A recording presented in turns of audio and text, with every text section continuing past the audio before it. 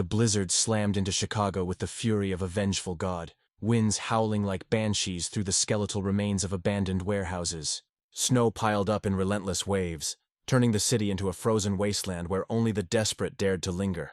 In the shadow of a crumbling overpass, 52-year-old Jerome Washington huddled in his makeshift shack, a patchwork of scavenged plywood, rusted metal sheets and frayed tarps that barely held back the Arctic chill. His dark skin was weathered by years of sun and sorrow, his once proud frame now gaunt from months of scraping by on the streets. Jerome, a black veteran who had served 3 grueling tours in Afghanistan, stared out through a small gap in his shelter, watching the world disappear under a blanket of white. The temperature plummeted to 20 below zero, and the storm showed no mercy, claiming lives in its icy grip every winter. But Jerome had faced worse. He had stared down death in desert firefights, pulled comrades from burning wreckage, and earned a Purple Heart that now sat tarnished in a small wooden box beside him, the last remnant of a life that once held purpose. His stomach growled fiercely, a reminder of the 3 days without a proper meal. The last of his food, a meager can of beans and a stale heel of bread, sat untouched in the corner, rationed for what might be his final hours. Fever burned through his body, each cough rattling his chest like gunfire, speckling his threadbare blanket with flecks of blood. Pneumonia had set in, uninvited and unrelenting, but medical help was a luxury for those with homes and hope. Jerome's eyes, sharp despite the haze of illness, caught a flash of movement through the swirling snow.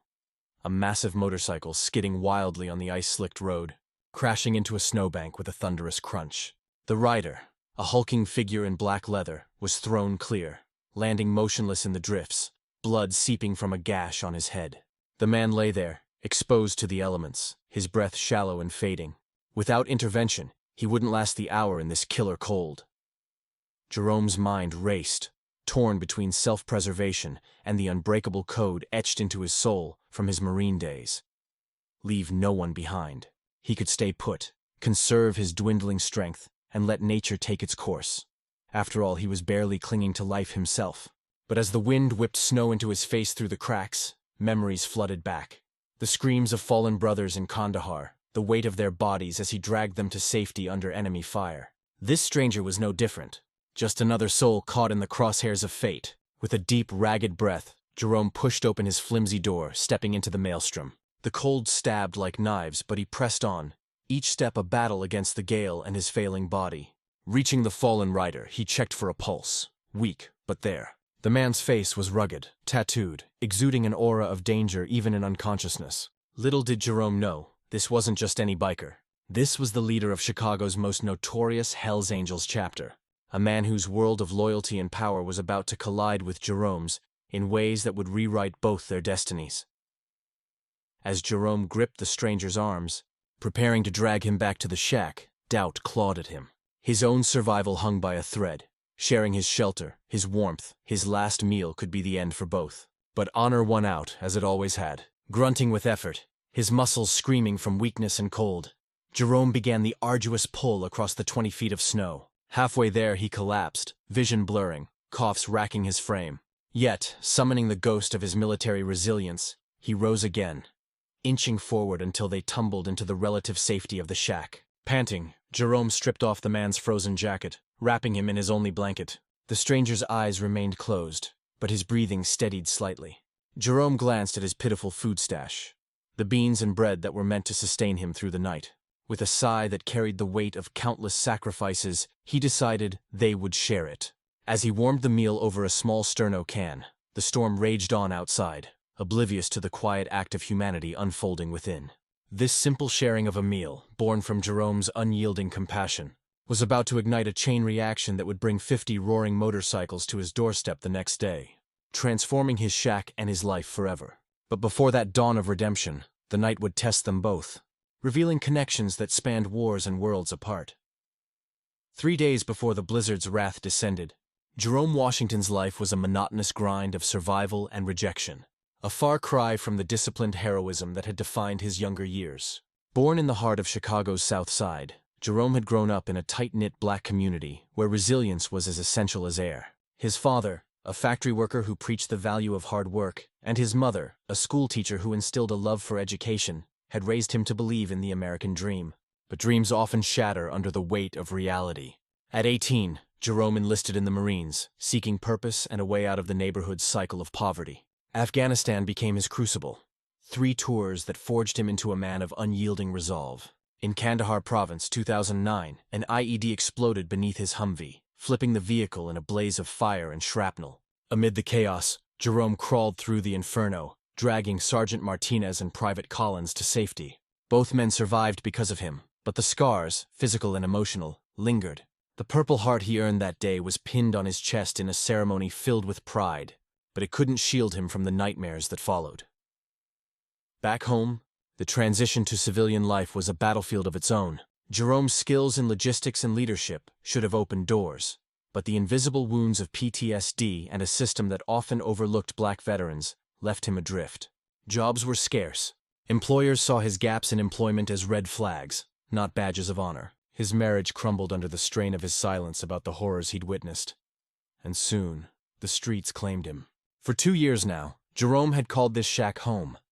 A structure he'd built with the precision of a military engineer. Every joint reinforced against the wind, every gap sealed with whatever scraps he could find. It wasn't much, but it was his fortress against the world. Mornings began with the same ritual. Folding his blanket with crisp military folds, arranging his few possessions, a faded photo of his unit, the wooden box with his medal, a battered Bible from his mother, in perfect order. He'd change into his cleanest shirt, the one without holes, and venture into the city, resume in hand, chasing shadows of opportunity. That particular morning, Jerome headed to Morrison Construction Company, his boots crunching on frost-covered sidewalks. The receptionist, a young woman with manicured nails tapping impatiently on her desk, barely glanced up. "Foreman position," Jerome said, his voice steady despite the knot in his stomach. "Experience?" she asked, eyes flicking over his worn jacket and the subtle limp from an old shrapnel wound. 3 years managing forward operating bases in Afghanistan. Built bunkers, coordinated supplies under fire. Her response was a curt, "We'll call if something opens." The door clicking shut behind him like a final judgment. It was the 24th rejection in 2 months. Walking through downtown Chicago, Jerome passed gleaming office towers where suited professionals hurried by, their eyes sliding past him as if he were invisible. The aroma from a nearby restaurant twisted his empty gut, but he pressed on. At the Veterans Affairs office, Mrs. Patterson, the social worker with kind but weary eyes, delivered the familiar bad news. The housing waitlist hadn't budged. Job programs were on hold due to cuts. "Keep hoping, Jerome," she said, but hope was wearing thin. On his way back, Jerome paused outside Miller's pawn shop, the neon sign flickering like a siren's call. "We buy gold, silver medals," it read. He'd resisted before, but hunger and the persistent cough made him linger. His reflection in the grimy window showed a man diminished, dark circles under his eyes, cheeks hollow from malnutrition. Back in the shack, he counted his crumpled bills. $467. Not enough for antibiotics, barely enough for a meal. Opening the wooden box, he held the Purple Heart, its ribbon faded but its weight heavy with memories. "You'd understand, boys," he whispered to the ghosts of Martinez and Collins. "Sacrifice for the greater good." But he couldn't pawn it, not yet. Instead, he curled under his blanket, fever spiking as the wind howled warnings of the incoming storm. Weather reports blared from a distant radio. The blizzard of the decade was coming, the kind that buried the homeless alive. Jerome had survived Taliban ambushes. He could handle snow. As night fell, he clutched his last can of beans and bread, rationing bites while the fever blurred his vision. Little did he know, this storm would bring not just destruction, but a stranger whose path would intersect with his in a moment of profound humanity, setting the stage for a transformation born from a shared meal in the depths of despair. The crash echoed through the blizzard like a gunshot in the dead of night, metal screeching against ice before the sickening thud of impact. Jerome bolted upright in his shack, his fever-addled mind initially mistaking it for incoming mortar fire from his Afghan days. Peering through the plastic sheeting that served as his window, he squinted into the whiteout. Visibility was near zero, but he made out the dark silhouette of a motorcycle crumpled against a snowbank, steam hissing from its mangled engine. The rider lay sprawled nearby, unmoving, a pool of blood freezing around his head. The wind howled mercilessly, burying everything in its path, and Jerome knew, in this cold, exposure was a death sentence. His own breath came in labored gasps, the pneumonia tightening its grip. But the scene outside tugged at the core of who he was, a man who never left anyone behind. Stepping out into the storm was like plunging into an icy abyss. Snow lashed his face, stinging like shrapnel, and the gale nearly bowled him over. Each step sank deep into the drifts, his boots filling with snow that numbed his feet instantly. 20 feet felt like 20 miles, his body protesting with every fiber. Reaching the rider, Jerome dropped to his knees, the cold seeping through his thin pants. The man was enormous, easily 6'4", and 250 pounds of muscle, clad in a leather jacket emblazoned with patches Jerome couldn't make out in the dim light. Blood matted the stranger's hair, and his skin was already turning blue from hypothermia. Jerome pressed fingers to the man's neck, pulse faint, breathing shallow. "Hey, can you hear me?" No response. The veteran's mind flashed to field triage in the desert. Assess, stabilize, evacuate. But here there was no medevac, no team. Just him, sick and starving, against the elements. The internal conflict raged as fiercely as the storm. Logic screamed to retreat. He had no food to spare, no medicine, barely enough warmth for himself. Dragging this giant would drain what little strength he had left, potentially dooming them both. Why risk it for a stranger? But then came the echoes of his oath, the faces of Martinez and Collins. The unbreakable bond of brotherhood forged in blood. This man, whoever he was, deserved a fighting chance. With a grunt that turned into a cough, Jerome hooked his arms onto the rider's shoulders and began pulling. The weight was crushing, his muscles burning from disuse and illness. Snow filled his eyes, wind pushed back like an enemy force. Halfway, Jerome's legs buckled, and he fell face first into the drift, coughing up blood that froze on his lips. Darkness edged his vision, tempting him to stay down. "Not today," he muttered, thinking of his fallen comrades. Pushing up, he resumed the drag, inch by agonizing inch, until they crossed the threshold of the shack. Collapsing inside, Jerome slammed the door against the wind, his body shaking uncontrollably. The stranger lay limp on the dirt floor, clothes soaked and frozen. Jerome stripped off the wet leather, noting the intricate tattoos and scars that spoke of a life of battles, different from his, but battles nonetheless. He wrapped the man in his only blanket, sacrificing his own warmth. The shack's interior offered scant protection, but it was better than the grave outside. As the stranger's breathing stabilized slightly, Jerome's gaze fell on his last meal, the can of beans and bread. His stomach cramped in protest, but compassion overruled. This man needed sustenance more than he did now. Lighting his sterno can, Jerome warmed the beans, the aroma filling the small space like a taunt. He tore the bread in half, portioning out equal shares. As he prepared to feed the unconscious rider, Jerome whispered a prayer from his mother's Bible, unaware that this act of sharing would bridge worlds and summon an army of bikers to repay the debt in ways he could never imagine. With the stranger safely inside, Jerome's focus shifted to the immediate task of survival, his military training kicking in despite the fog of fever. He propped the man's head on a rolled-up jacket, checking the head wound more closely. The gash was deep but not arterial. Blood had slowed to a trickle in the cold. Lacking proper supplies, Jerome tore strips from his spare shirt, his cleanest one, to fashion a makeshift bandage, pressing it firmly to stem the flow. The effort left him dizzy, his own coughs echoing in the confined space. But duty pressed on. Glancing at his dwindling fuel for the sterno, he calculated, enough to heat the meal, perhaps keep a flicker of warmth through the night. Carefully, he opened the can of beans, the metallic pop sounding unnaturally loud against the storm's roar.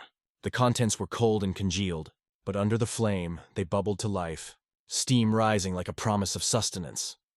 Jerome divided the beans meticulously, half into a dented tin cup for the stranger, half onto his own cracked plate. The bread, stale but mold-free, he split down the middle, softening his portion with a bit of melted snow for easier consumption. Kneeling beside the rider, he gently shook him. "Hey, brother, you gotta eat." The man's eyes fluttered open briefly, dazed and unfocused, but instinct took over as Jerome spooned warm beans into his mouth. The stranger swallowed weakly at first, then with growing vigor, the nourishment reviving him bit by bit. Jerome watched, ignoring his own hunger pangs, ensuring every spoonful went down. Between feeds, he ate his share slowly, savoring each bite as if it were a feast. The act was intimate, vulnerable. A black veteran from the streets tending to a white biker from unknown worlds, united by shared frailty in the face of nature's assault. As the meal progressed, the stranger mumbled incoherently at first. "Sarah, sorry." His voice gravelly and commanding even in weakness. Jerome responded softly. "You're safe now, eat up. It'll keep the cold at bay."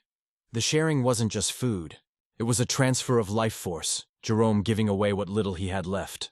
His body screamed in protest. The fever climbed, his chest burned. But he persisted, wiping the man's chin, adjusting the blanket. Memories surfaced. Feeding wounded Marines in dusty outposts. The camaraderie that transcended race or rank. Here, in this shack, it was the same. The beans warmed their cores. The bread filled the voids. And for a moment, the storm outside seemed distant.